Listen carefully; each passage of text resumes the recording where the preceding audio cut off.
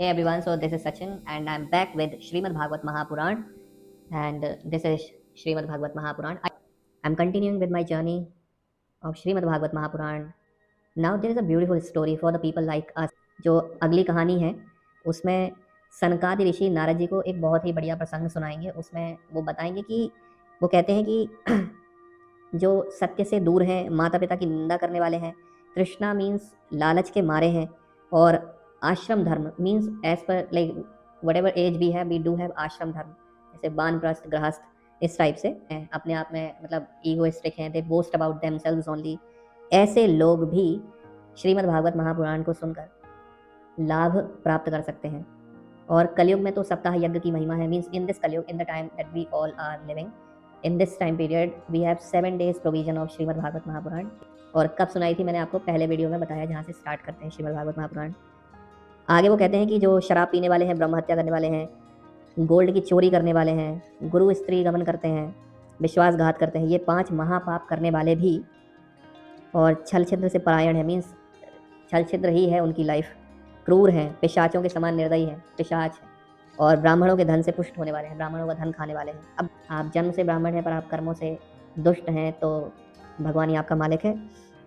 ऐसे लोग भी तर सकते हैं, ऐसे लोग भी फ़ायदा ले सकते हैं, ऐसे लोग भी भगवान की प्राप्ति कर सकते हैं, अच्छे बन सकते हैं श्रीमद् भागवत जी को सुनकर। आगे वो कहते हैं कि जो मन, वाणी और कर्म से भी पाप करते हैं, कभी अच्छा सोच ही नहीं सकते, और मलिन है मन से, मीन्स कपटी है मन से, दुष्ट हैं, हमेशा गंदा सोचने वाले हैं, ऐसे लोग भी सप्ताह यज्ञ से पवित्र होते हैं। मीन्स 7 दिन कथा सुनकर ध्यान से सुने, डिवोशन के साथ सुने, अच्छे से सुने तो पवित्र हो सकते हैं। आगे नारद जी को वो कहते हैं कि आख्यान सुनाया है, जिसको मैं आपको शॉर्ट में सुनाता हूँ और यहाँ से भी चीज़ें लूँगा।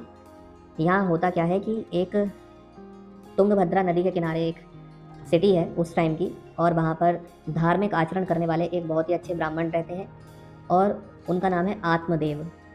आत्मदेव, वहीं उनकी जो पत्नी है, उनकी कुछ क्वालिटीज़ यहाँ पे लिखी हैं। तो आत्मदेव के बारे में लिखा है कि वो साक्षात सूर्य भगवान के समान तेजस्वी हैं, और धनी होने पर भी भिक्षाजीवी हैं, क्योंकि ब्राह्मण के कर्म में ऐसा लिखा है, तो धन का उन्हें घमंड नहीं है।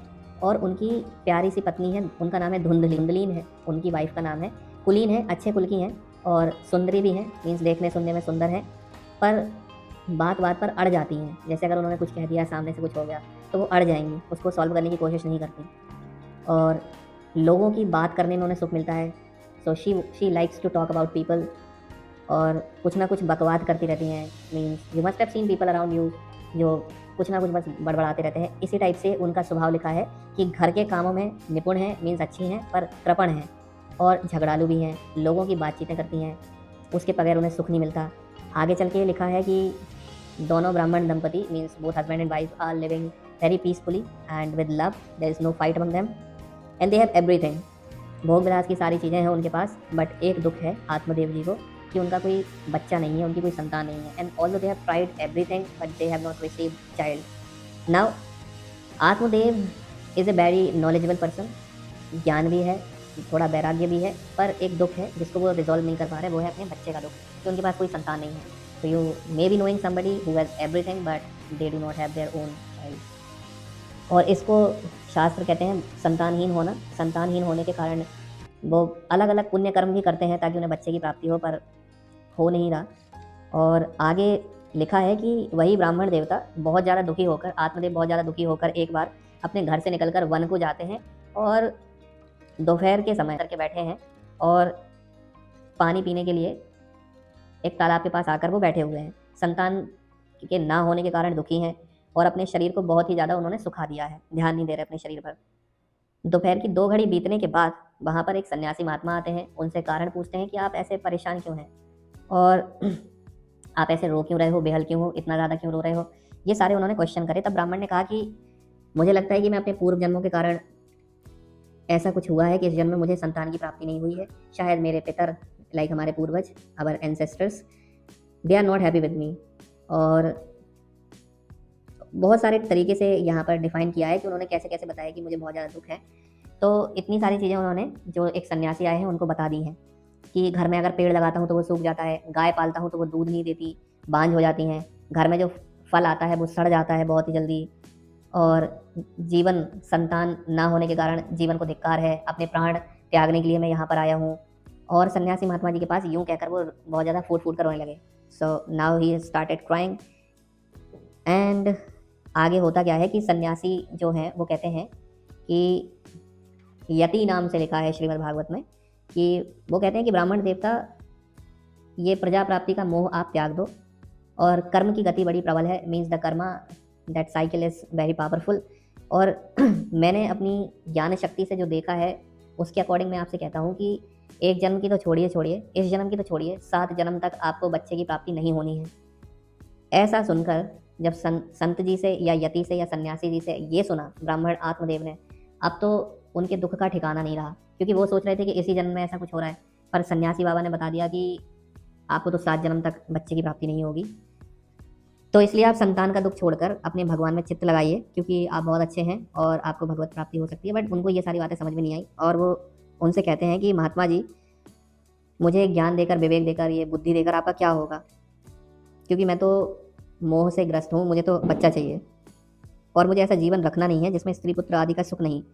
तो संन्यास तो सर्वथा नीरस है, मुझे संन्यास भी पसंद नहीं आता, इसलिए अब तो मैं मतलब प्राण त्याग दूंगा। तब जो सन्यासी महात्मा आए थे उन्होंने कहा है कि तुम ऐसे हट मत करो, you do not have to be so adamant about something. और महात्मा जी ने देखा कि ये अपनी बात पकड़ के बैठे हैं, जिद पकड़ के बैठे हैं, तो उन्होंने कहा कि चलो ठीक है, although you do not have the child सुख इन योर लाइफ, आपको you are not going to have child in your life, but let me try.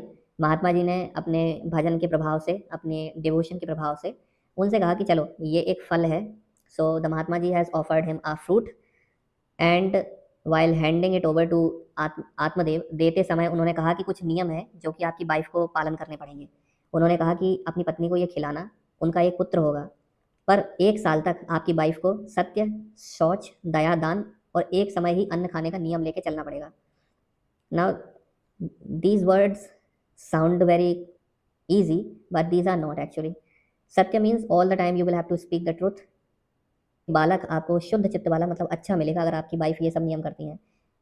आज तो आत्मदेव जब घर लौटे बहुत खुश थे, अपनी वाइफ को उन्होंने वो फल दिया और उनसे कहा कि अब अपने घर में भी संतान होगी, सारी चीज़ें ठीक हो जाएंगी। ये जो धुंधली हैं, इनकी बहन वहाँ पर आई थी, तो अपनी सिस्टर को जो कि उसके घर पर आई थी, धुंधली ने वो फल दे दिया और बोला कि देख, मैं तो इसे नहीं खाऊंगी, मुझे नहीं पता इसमें क्या है। और कई टाइप से उन्होंने अपनी सिस्टर को समझाने की कोशिश की, जैसे कि फल खाने से गर्भ बढ़ेगा और खा पी नहीं सकूंगी, खट्टा मीठा नहीं खा सकूंगी, अगर घर में आग लगी तो एकदम से भाग नहीं सकती। So now what she is saying that if I become pregnant then I would not be able to run, if there are thieves, if there is a fire at home, then I would not be able to run like others. So those were her logics not to become pregnant. And also she was not trusting that fruit given by संत महात्मा जी। नंद रानी मेरे घर पे आकर घर का सारा माल मता समेट के ले जाएंगी, मुझे तो सत्य शौच आदि नियमों का पालन करना भी कठिन पड़ जाएगा। जो जो स्त्री बच्चे को जन्म देती है, उस बच्चे के लालन पालन में उस स्त्री को बहुत ज़्यादा कष्ट उठाने पड़ते हैं। What she is saying, see it is written है कि वो कहती है कि जो विधवा या बांझ स्त्रियां हैं उसके अकॉर्डिंग तो वही सुखी हैं। सो बंध्या व विधवा नारी सुखिनी चेती में मति, ऐसा श्लोक यहाँ पर लिखा है कि मेरे हिसाब से तो ये ज़्यादा सुखी हैं, which is again wrong. So you all can understand this is how she was thinking, that's why her name is धुंधली। जो सिस्टर उनके घर पर आई हैं, इनकी बहन जो आई है, वो कहती है कि एक युक्ति करते हैं, लेट्स डू वन थिंग, मैं प्रेग्नेंट हूँ, मेरा बालक होगा, मैं वो तुम्हें दे दूँगी, अगर तुम थोड़ा बहुत धन दे दोगी मेरे हस्बैंड उसमें सेटिस्फाई हो जाएंगे। आगे क्या करेंगे, 6 महीने के अंदर मैं बोल दूँगी कि मेरा बालक ख़त्म हो गया, और नित्य प्रति means every day I will come to your home, I will is the like planning that both of them dead. And now from now onwards जो धुंधली है वो एक्टिंग करने लग गई कि वो प्रेग्नेंट है। और कुछ टाइम के बाद इनकी बहन को बच्चे, बट इसके बीच में एक और स्टोरी थी। बहन ने एक और दिमाग दिया था धुंधली को कि धुंधली एक काम करो, ये जो संत महात्मा जी ने आपको फ्रूट दिया है इसको चेक करने के लिए whether this really has something, give it to the cow that you have at your home, जो गैया बंदी है अपने घर पे उसको दे दो, देखते हैं कि गाय को बच्चा होता है या नहीं। So what happens is like with in 3 months गाय को एक मनुष्याकार बच्चा होता है और वो सर्वांग सुंदर है, दिव्य है, निर्मल है और स्वर्ण की सी कांति वाला है, means just like gold he looks like. गाय को एक इंसान का बच्चा होना, I mean even to this day that is like beyond our imaginations. तो ये समाचार जहाँ जहाँ फैला As soon as this story went viral, people started coming at their home. सब लोग आपस में कहने लगे कि वाह, आत्मदेव तो बहुत सुखी हो गए, पहले बच्चा नहीं हो रहा था, गाय को भी नहीं हो रहा था, अब तो गाय को भी इंसान का बच्चा हो गया, और धुंधली को तो हो ही गया है क्योंकि उसने अपनी बहन से वो बच्चा ले लिया है और सारी प्लानिंग कर रखी थी। कुछ टाइम बीतने पर दोनों बालक, गाय का बच्चा जिनका नाम, क्योंकि वो गाय से जन्म लिया था तो उसका नाम हुआ गोकर्ण, उनका नाम हुआ गोकर्ण, और धुंधली ने किसी भी शास्त्र विधि से अपने बच्चे का नाम नहीं रखा था। उसने कहा कि नहीं, मेरा बच्चा है तो मैं तो इसका नाम रखूंगी। उसने कहा मेरा नाम धुंधली है तो मैं इसका नाम रखूंगी धुंधकारी।